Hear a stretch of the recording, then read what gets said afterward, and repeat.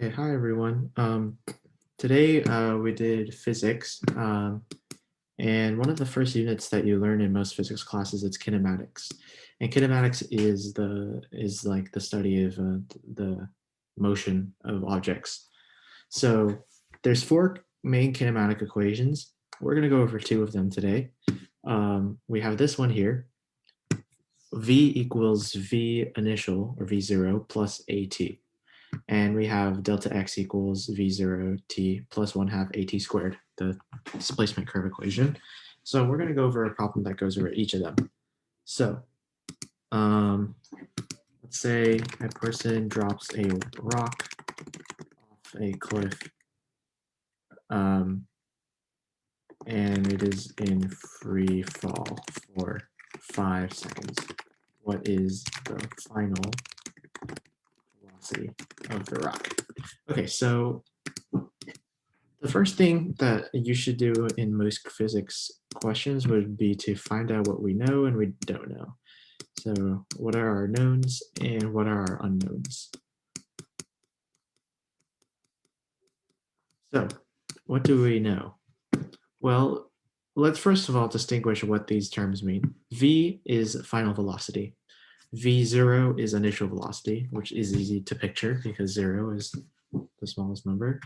A is acceleration and T is time. So let's start with a final velocity.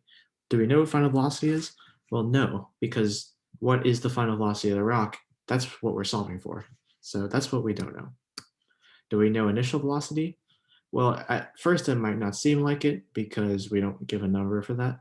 But if you drop a rock off a cliff, you have to pay attention to the word drop. If you drop something, you're holding it, and then you just let go. That means its initial velocity is 0 because it starts at rest, right? If it said throw a rock off a cliff, then it would have an initial velocity. But because it says just dropping it, it starts at rest. It's kind of confusing, but yeah. Free fall for 5 seconds. That means we know what time is. Time is equal to 5 seconds. And also, it doesn't say what acceleration is, but we know that something you'll definitely learn is that the acceleration of the Earth's gravity is 9.8 meters per second squared. So if it says anything about free fall or dropping it, then you should immediately think 9.8 meters per second squared because that's the force of gravity. That's the acceleration of gravity. So now we can plug this in our equation and it's actually not so bad. We have V equals the initial velocity, 0, plus the acceleration, 9.8 meters per second. Always write your units out if you're not lazy. And then the time, which is 5 seconds. So if we multiply that, we get 49. And then we're trying to find the units. So the thing about units is that you can treat them like numbers. So what we have here is meters per second squared times times seconds. So what is meters over seconds squared times seconds? Well, that's the same thing as saying meters over seconds times seconds times seconds.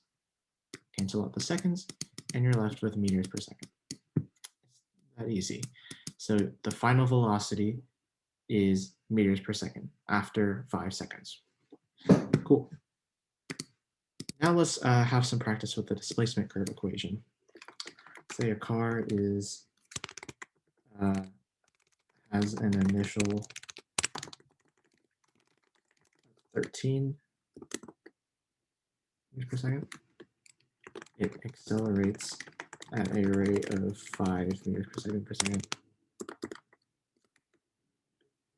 How far has it traveled in 1 minute? Cool. So what do we know in this equation?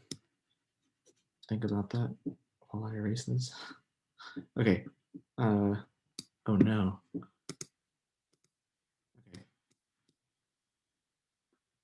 So what do we know?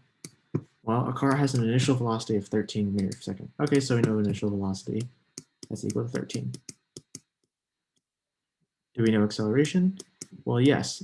And even though the acceleration of gravity is always a thing, in this case, it's going horizontally, so it's not subject to the forces of gravity in a way that affects its motion. So acceleration would be 5 meters per second squared because I said that in the problem. And do we know time? Well, yes, we have 1 minute. But remember, it has to be in seconds. So that's 60 seconds. What are we solving for? We're solving for how far it's traveled. What is delta x? Delta means change. So if you see that in physics a lot, you'll see delta, which is this triangle. Delta means change in something. X is position. So change in position, change in displacement. We don't know delta x. So we don't know delta x. We know that the initial velocity is 13. And we know that it has traveled for 60 seconds. Plus 1/2 the acceleration, which is 5 meters per second squared, times the time squared, so 60 squared, which is 3,600. And then be careful here because the units is an s squared because we squared it. So what comes after this? 13 times 60 is equal to 780. The seconds cancel out, so it's just meters. Plus, and then I'll do the math here, times 3,600, 9,000. And then we have meters per second squared times second squared, which is just meters. So your final answer is 9,780 meters, which is cool. Cool how you can solve things like that. That means after 1 minute, the car will have traveled basically just under 10 kilometers, which is pretty fast, but it doesn't need to be realistic.